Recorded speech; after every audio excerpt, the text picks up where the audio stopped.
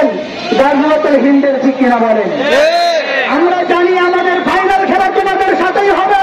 তোমাদেরকে জানিয়ে দিতে চাই, তোমরা তৈরি থাকো, বিশ্বের মুসলমানেরা প্রস্তুত হচ্ছে। ইনশাআল্লাহ ফাইনাল খেলা হিন্দুস্তানের সাথে হবে। সেই ফাইনাল খেলার দিন আমার রাসূলকে নিয়ে যারা কথা বলেছে সামনে বলবে, নিজ হাতে হত্যা করে আল্লাহর নবীর ইজ্জতের প্রতিশোধ নেওয়া হবে, ঠিক কিনা?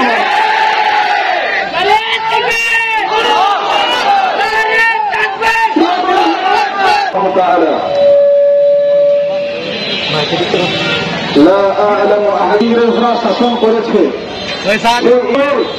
আজাদকৃত হিন্দুস্থানের মাটিতে বসে আমার রাসূলের বিরুদ্ধে 20 সালে রামগিরি মহারাজ সেই বিজেপির এক নেতা নীতিশ রানে তারা নতুন করে আবার আমার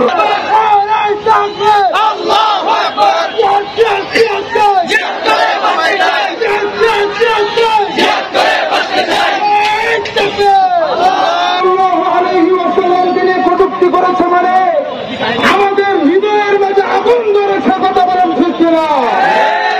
সম্মানিত উপস্থিতি, একটা বিষয় আপনাদেরকে জানাতে চাই, আমি বলতে চাই, সম্মানিত উপস্থিতি, আল্লাহ রাসূল সাল্লাল্লাহু আলাইহি ওয়াসাল্লামকে আমরা মুসলমানেরা কি পরিমাণ ভালোবাসি।